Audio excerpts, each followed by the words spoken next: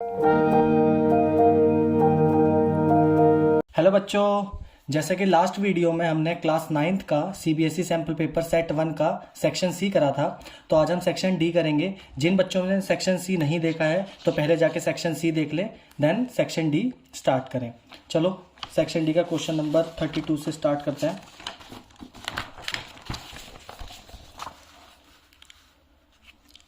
Question number 32, section D. Two lines AB and CD intersect at a point O such that angle BOC plus angle AOD is equal to 280 degree as shown in the figure. Find all the four angles. तो यहाँ पे हमें diagram दे रखा है और हमें दो angle का सम कितना दे रखा है, 280 डिग्री दे रखा है। हमें बाकी 4 एंगल्स बताने हैं कि कितने कितने डिग्री होंगे। तो देख लेते हैं इसका। तो ये दो लाइन है हमारी, एक है हमारी AO बी और एक है हमारी COD। हमें angle BOC plus angle AOD is equal to कितना दे रखा है, 280 डिग्री। तो BOC हमारा कहाँ है, ये वाला, और AOD हमारा कहाँ है, ये वाला। मतलब दोनों वर्टिकल अपोजिट एंगल है तो दोनों इक्वल होंगे। तो लेट अगर हम कर लें, let angle AOD is equal to angle BOC is equal to x बोल सकते हैं। क्यों? वर्टिकली अपोजिट एंगल, प्रॉपर्टी तो आपको अच्छे से पता ही होगी, अपोजिट एंगल। तो अगर मैं इसको x लेट कर लेता हूं तो ये भी मेरा कितना हो जाएगा, x हो जाएगा। पुट करते हैं, x plus x is equal to कितना, 280 डिग्री। x प्लस एक्स हमारा कितना हो गया, 2x इज इक्वल टू 280। तो यहां से हमारी x की वैल्यू कितनी आ गई, 140 डिग्री। चलो हाँ, यहाँ से हमारी एक वैल्यू तो आ गई कि हमारा BOC जो होगा वो भी हमारा 140 डिग्री होगा और जो हमारा AOD होगा वो भी 140 डिग्री होगा। तो angle BOC is equal to 140 degree, angle AOD is equal to 140 degree. चलो दो एंगल तो हमारे आ गए। अब बच्चे हमारे ये दो एंगल, लेट कर लो इस एंगल को अगर हम y मानते हैं तो ये एंगल भी हमारा कितना हो जाएगा, y। लिख भी देते हैं इसे, let angle AOC is equal to angle BOD is equal to y। Same reason, और रीजन लिखना मोस्ट इंपॉर्टेंट है, vertically opposite angle. Lines and angles में जहां भी प्रॉपर्टी यूज करोगे, प्रॉपर्टी का नेम लिखना मोस्ट इंपॉर्टेंट है। तो देख लेते हैं। तो यहां पे भी हम सेम वर्टिकल अपोजिट वाला लगा देंगे। तो अगर मैं बात करूं सारे एंगल्स, जैसे हमारे पे x plus y plus y, total sum हमारा कितना होता है, 360 डिग्री। तो लिख देते हैं angle x plus angle y plus angle y is equal to 360 degree. और यहां लिख देंगे sum of all angle. Angle x तो हमें वैल्यू पता ही है, 140 प्लस 140, और y हमारा कितना हो जाएगा, 2 angle y is equal to 360 degree. ये हमारा कितना हो जाएगा, 280 degree plus 2 angle y is equal to 360 degree. तो हम इस 280 को माइनस में भेज देते हैं। तो 2 angle y is equal to 360 minus 280। तो हमारा 2 angle y is equal to कितना आ गया, 80 डिग्री। और यहाँ 2 को हम डिवाइड में भेज देंगे तो हमारी एंगल y की वैल्यू कितनी आ गई, 40 डिग्री। तो हमारा एंगल AOC कितना आ गया, 40 डिग्री, और हमारा एंगल BOD भी कितना आ गया, 40 डिग्री। इसको करने का एक और तरीका था, जैसे हमें x की वैल्यू ऑलरेडी पता है कितनी है, 140 डिग्री। अगर मैं बोलूं कि AOB makes a linear pair, तो हमारा angle y plus angle x दोनों मिला के कितना सम होता है, 180 डिग्री। एंगल x की वैल्यू मुझे ऑलरेडी पता है 140 डिग्री। तो अगर मैं 180 में से 140 माइनस करूंगा तो मेरा y वहां से भी आ जाता 40 डिग्री। तो बहुत सारे तरीके करने के लिए ये सबसे बेस्ट था, तो मैंने ये वाला आपको बता दिया। क्वेश्चन नंबर 32 का और पार्ट देख लेते हैं। In the given figure AB parallel to PQ, find the value of x and y।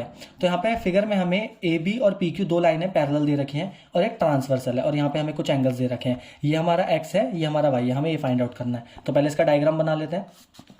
और एक चीज का ध्यान रखना, अगर एग्जाम में लाइन्स एंड एंगल से रिलेटेड कोई भी क्वेश्चन आता है तो सबसे पहले उसका डायग्राम मस्ट है बनाना, बिना डायग्राम के मार्क्स नहीं मिलेंगे।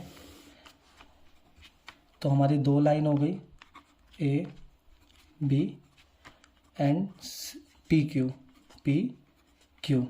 और ट्रांसवर्सल है हमारी E एंड F, और हमें ये हमारा G पॉइंट है ये हमारा 20 डिग्री दे रखा है, ये हमारा 75 डिग्री दे रखा है, ये 25 डिग्री दे रखा है, ये y दे रखा है और ये हमारा x है। अब हमें एंगल x और एंगल y बताना है कि कितने होंगे। सबसे पहले तो लिख लेते हैं कि AB हमारा PQ के पैरेलल है, क्योंकि दो लाइनें जब पैरेलल होती है तब हम बहुत सारी प्रॉपर्टीज़ का यूज़ कर सकते हैं। अब यहाँ पे सबसे पहले प्रॉपर्टी, जो हमारा ऊपर वाला एंगल है ये 75 डिग्री और ये जो हमारा प्रॉपर ऊपर वाला एंगल है, मतलब एंगल, नाम क्या दे देते हैं हम इसे, BE, इसको नाम दे देते हैं I और J।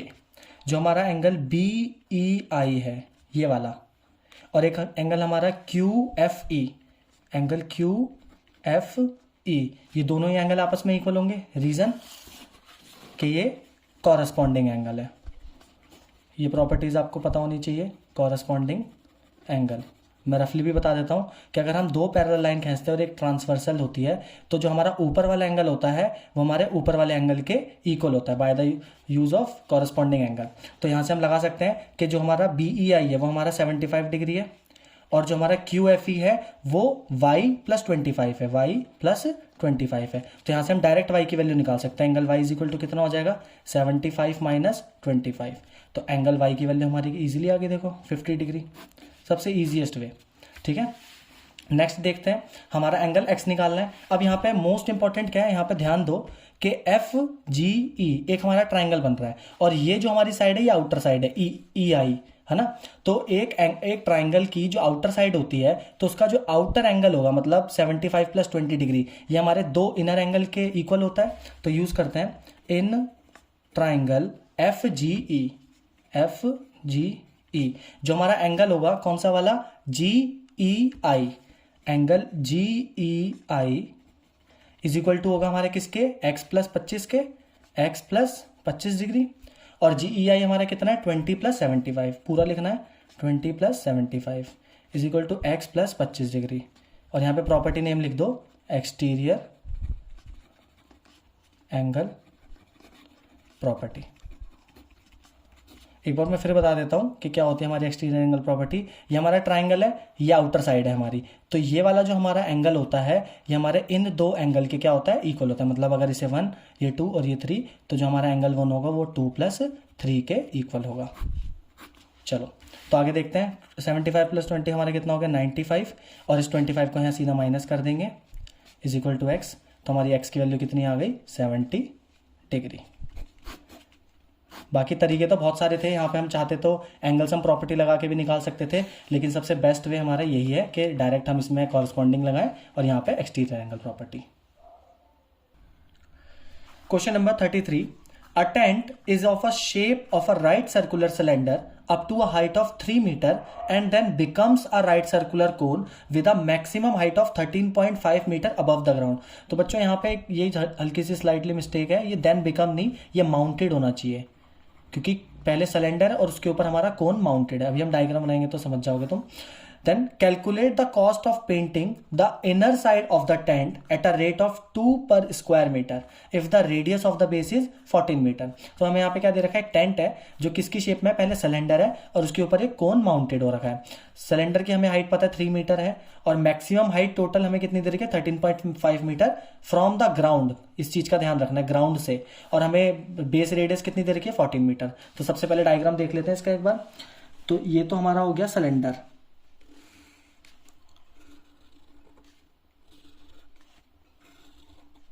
और इसके ऊपर हमारा क्या माउंटेड है, कोन।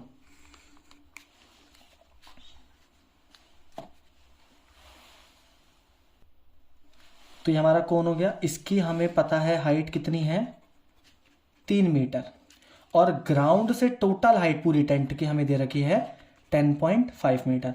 सबसे पहले इस चीज का बनाना देखना पड़ेगा तुम्हें, क्योंकि ये मोस्ट इंपॉर्टेंट है। अब देखो,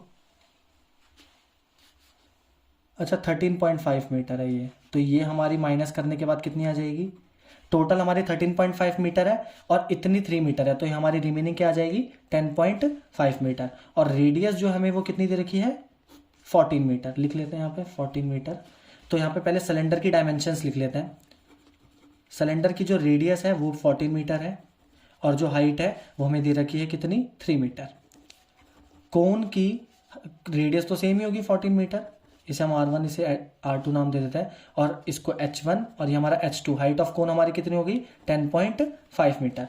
क्वेश्चन क्या पूछ रहा था कि हमें इस टेंट का इनर कॉस्ट ऑफ पेंटिंग बताना है अगर वो 2 पर स्क्वायर मीटर के हिसाब से होती है। तो सबसे पहले हमें इनर CSA पता करना है, तो लिखते हैं इनर CSA ऑफ टेंट। तो इनर CSA ऑफ टेंट हमारा कैसे निकलेगा, सबसे पहले सिलेंडर का CSA निकालते हैं, तो CSA of cylinder plus CSA of cone. CSA of cylinder क्या होता है हमारा 2 पाई RH, यहाँ पे R1 H1 कर देते हैं, प्लस CSA ऑफ कोन क्या होता है हमारा पाई RL। तो यहाँ पे हमें क्या है स्लांट हाइट निकालनी होगी। चलो स्लांट हाइट निकाल लेते हैं। स्लांट हाइट का फॉर्मूला हमें पता है L is equal to under root R square plus H square. Radius हमें पता है कितनी है 10.5 का स्क्वायर, प्लस और हाइट हमें पता है कितनी है हमारी इसकी रेडियस हमारी पता है, अच्छा यहाँ पे रेडियस हमारी 14 मीटर है, 14 का स्क्वायर, और हाइट हमारी 10.5 का स्क्वायर, अंडर रूट डाल देते हैं। तो 14 का स्क्वायर हमारा कितना हो जाएगा 196, प्लस 10.5 का स्क्वायर हमारा कितना हो जाएगा 1110.25, दोनों को प्लस कर लो तो 306.25 which is nearly about 17.5 metre. तो यहाँ से हमारी स्लांट हाइट आ गई। अब हम पुट कर सकते हैं, तो 2 इंटू पाई के वैल्यू 22/7, R1 हमारा कितना है 14 मीटर, एंड H1 हमारा कितना है 3, ब्रैकेट में डाल दो, प्लस पाई 22/7 मल्टीप्लाई R2 हमारा कितना है 14 मल्टीप्लाई स्लांट हाइट हमारी आई है 17.5, 7 2 14, तो ये हमारा कितना आ जाएगा 264 मीटर स्क्वायर, प्लस इसको भी कैलकुलेट कर लेते हैं 7 2 14, इसका डेसिमल क्या नीचे 2 5 10, इसको हम कैलकुलेट कर लेंगे तो हमारा कितना आ जाएगा 770 मीटर स्क्वायर। दोनों को प्लस कर लेते हैं तो हमारा कितना आ रहा है 1034 मीटर स्क्वायर। तो ये तो हमारा आ गया final inner CSA of tent, मतलब टोटल टेंट का CSA। अब हमें बतानी है कॉस्ट। कॉस्ट हमें कितनी दे रखी है 1 मीटर स्क्वायर के कितने दे रखे हैं 1 मीटर स्क्वायर के 2 रुपीज़ दे रखे हैं। तो हमारा कितना आया 1034 मीटर स्क्वायर का, सीधा मल्टीप्लाई कर देंगे 2 इंटू 1034, तो हमारा कितना आ जाएगा ₹2068। तो ये हमारा आ गया कॉस्ट, और ये हमारा था inner CSA। Question number 34, the base of a triangular field is 3 times it's altitude. Altitude बच्चों हाइट होता है। If the cost of sowing the field at ₹58 per hectare is ₹783, find its base and height. तो बहुत basic सा question है, मतलब triangular field है ना, उसमें हमें जो बता रखा है जो उसका बेस है ना वो 3 टाइम्स इट्स एल्टीट्यूड है, और उसमें जो कॉस्ट दे रखी है हमें दे रखी है ₹58 पर हेक्टेयर इज 783। तो हमें बताना है बेस और हाइट क्या होगा। तो करते हैं, अगर इस क्वेश्चन में हम लेट कर ले हाइट BX, हाइट को हम क्या मान लेते हैं हाइट भी H मान लेते हैं सिंपली। तो जो हमारा बेस है, क्या क्वेश्चन कह रहा था, जो हमारा बेस है वो 3 टाइम्स है किसके हाइट के, तो बेस की वैल्यू हमारी कितनी हो गई 3H हो गई। चलो अब एक चीज का ध्यान रखना है, हमें यहाँ पे कॉस्ट दे रखी है कितनी 783 रुपीज 783, और हमें रेट दे रखा है कितना ₹58 पर हेक्टेयर। अब शायद ये आप फॉर्मूला पहली बार सुनोगे कि नॉर्मली तो बच्चे एरिया का formula half into base into height लगाते हैं, लेकिन जब कॉस्ट और रेट गिवन होता है ना तो इस केस में हमारा एरिया का फॉर्मूला क्या हो जाता है, area is equal to cost upon rate. ये मोस्ट इंपॉर्टेंट फॉर्मूला, ये तुम्हारा सरफेस एरिया एंड वॉल्यूम में भी यूज होगा, और हिरॉन्स फॉर्मूला में तो यूज हो ही रहा है जैसे इस क्वेश्चन में। तो कॉस्ट हमें कितना दे रखा है 783, और रेट हमें कितने दे रखा है 58। तो हम इसको काट लेते हैं तो हमारा कितना आ जाता है 13.5, और यूनिट हमारी क्या होगी हेक्टेयर की। अब ये तो आपको पता ही होगा 1 हेक्टेयर जो होता है वो हमारे 10,000 मीटर स्क्वायर के बराबर होता है। तो इसको हम मीटर में कन्वर्ट कर लेते हैं तो हमारा जो एरिया आएगा हमारा कितना आ जाएगा 13.5 मल्टीप्लाई बाय 10,000, एक डेसिमल भेज दो नीचे, 0 से 0 कट गया, तो 135,000 मीटर स्क्वायर। चलो एक चीज तो हमारी आ गई एरिया। अब उसने हमसे पूछा था बेस और हाइट, तो हम दोबारा लगाते हैं एरिया का formula. Area is equal to क्या होता है हमारा half into base into height. Area हम ऑलरेडी निकाल चुके 135,000, हाफ, बेस हमें पता है कितना है 3h है, और हाइट हमें पता है नॉर्मल h है, तो ये 2 मल्टीप्लाई में चले जाएगा 135,000 इंटू 2 इज इक्वल टू कितना 4h। इस 4 को भी डिवाइड में भेज देते हैं, 135,000 into 2 divide by 4 is equal to h। तो 2 2 ज़ा 4, 2 6 ज़ा 12, 2 7 ज़ा 14, 2 5 ज़ा 10 और 2 0। तो जो हमारी हाइट आ गई हमारी h स्क्वायर, अच्छा यहाँ h स्क्वायर होगा, तो हमारा h square is equal to कितना हो गया 9। तो h is equal to over root बना दो, तो हाइट हमारी यहाँ से कितनी आ गई, 9 किसका होता है 3 का, तो 300 मीटर। तो यहाँ से हमारी हाइट आ गई। नेक्स्ट यहाँ पे हमारा 3 से होगा डिवाइड ये, क्योंकि यहाँ पे 3 इंटू एच हमारा 3h होगा ना 3 से, तो यहाँ पे हमारा 90,000 आ जाएगा। ठीक है, हमारी हाइट आ गई 300 मीटर। अब हमारा बेस जो था वो हमारा था 3 times of height, 3 times of height. तो हाइट हम ऑलरेडी निकाल चुके 3 इंटू 300, तो हमारा कितना आ गया 900 मीटर। तो हमारा हाइट आ गई 300 मीटर एंड बेस आ गई 900 मीटर। तो this is the answer. Question number 34 का और पार्ट भी देख लेते हैं। Find the area of triangular field whose sides are 91 metre, 98 metre and 105 metre in length. Find the height corresponding to the longest side. तो यहाँ पे एरिया ऑफ ट्राइंगल है, 3 साइड्स दे रखी है हमें, हिरॉन्स फॉर्मूला का क्वेश्चन है, और हमें पहली चीज तो हमें एरिया ही बताना है। देन फाइंड कह रहा है height corresponding to the longest side. इसको मैं आपको डायग्राम से समझाऊंगा अच्छे से। तो पहले देख लेते हैं, अगर ये हमारा नॉर्मल ट्राइंगल है एक ABC, हमें 3 साइड्स दे रखे हैं, कितनी कितनी, एक 91 मीटर दे रखी है, एक 98 मीटर दे रखी है और एक 105 मीटर दे रखी है। तो हम लेट कर लेते हैं, A is equal to 91 metre, B is equal to 98 metre और C is equal to 105 metre. तो बाय यूजिंग हेरॉन्स फॉर्मूला, तो सबसे पहले सेमी पेरीमीटर निकाल लेते हैं। इसकी वैल्यू क्या होता है हमारा A plus B plus C by 2।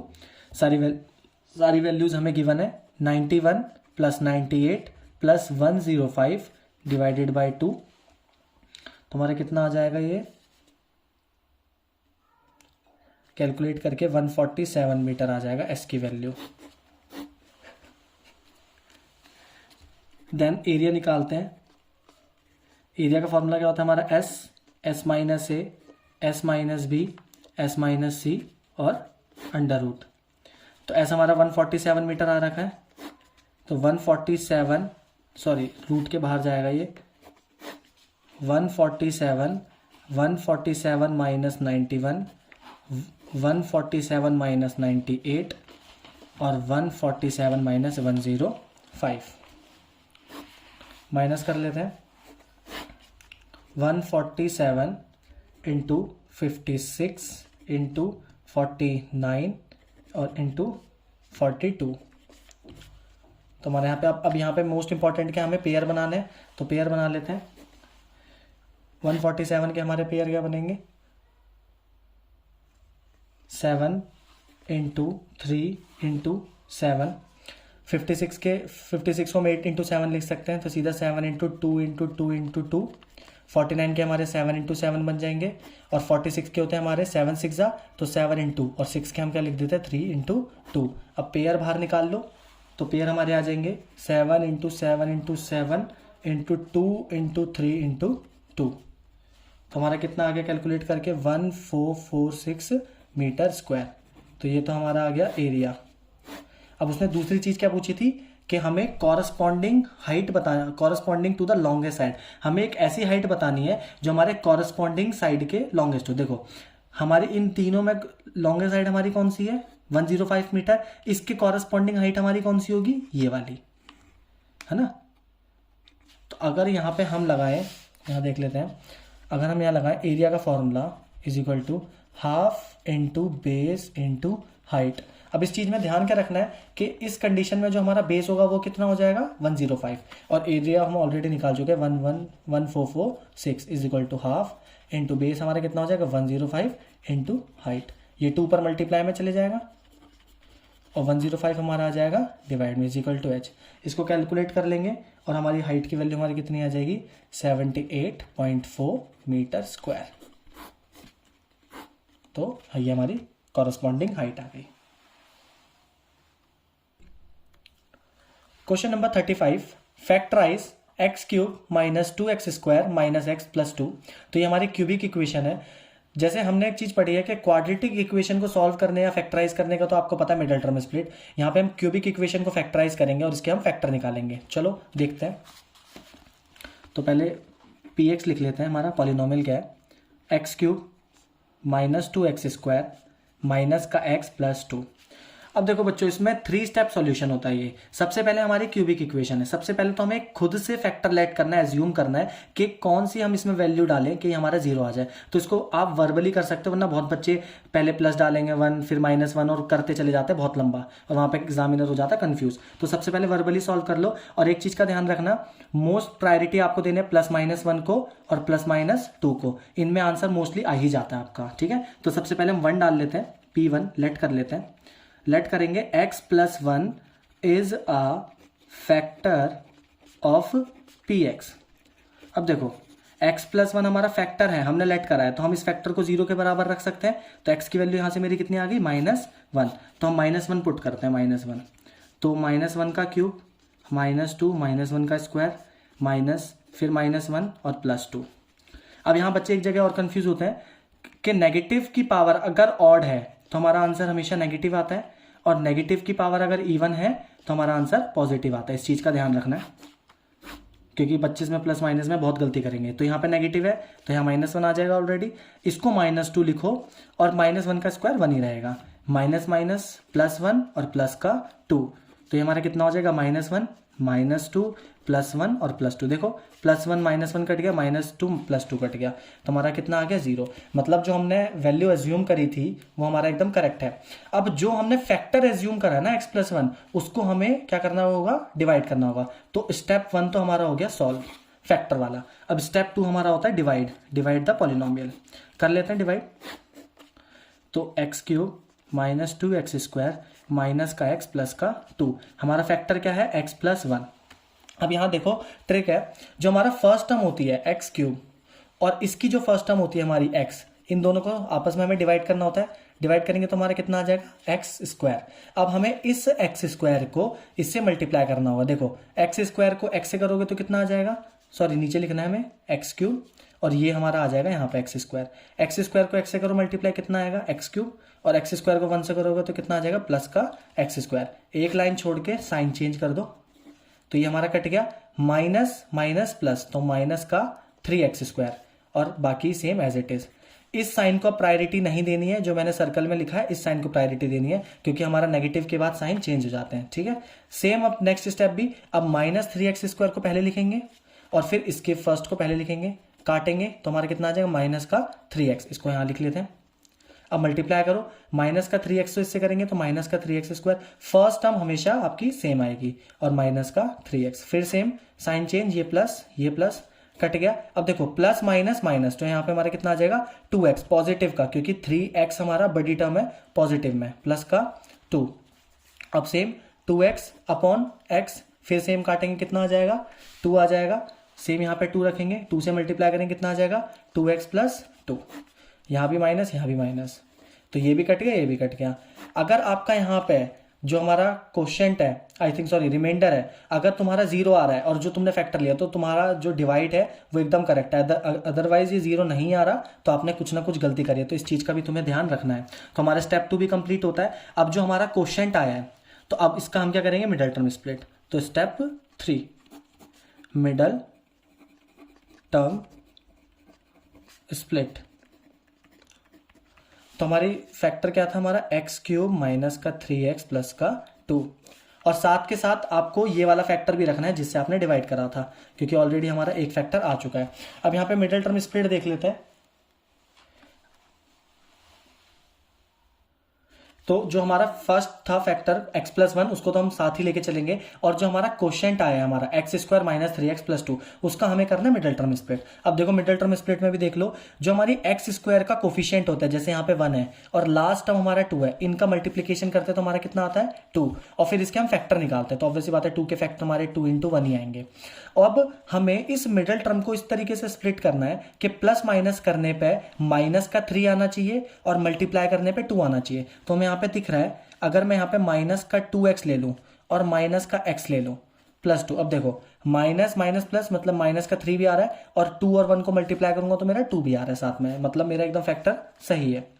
तो x+1, तो x+1, अब यहाँ पे कॉमन ले लो, x कॉमन आ रहा है तो क्या बचा यहाँ पे x-2, यहाँ पे माइनस का 1 कॉमन आ रहा है तो x-2, तो हमारे फैक्टर क्या क्या हो गए, x+1 हो गए, एक x-1 हो गए और एक x-2 हो गए।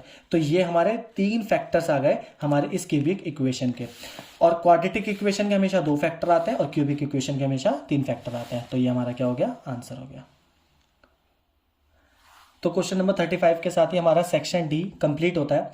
अब नेक्स्ट सेक्शन ई है हमारा, तो वो हम नेक्स्ट वीडियो में कवर करेंगे क्योंकि वीडियो बहुत ज़्यादा लेंथी हो चुकी है ऑलरेडी, बच्चे देखते नहीं है। तो सेक्शन ई हम नेक्स्ट वीडियो में कवर करेंगे। और यहाँ तक अगर किसी भी बच्चे को डाउट हो तो आप कमेंट में पूछ सकते हो किसी भी कैसे भी क्वेश्चन में, ठीक है, तो मैं आपको आंसर कर दूंगा।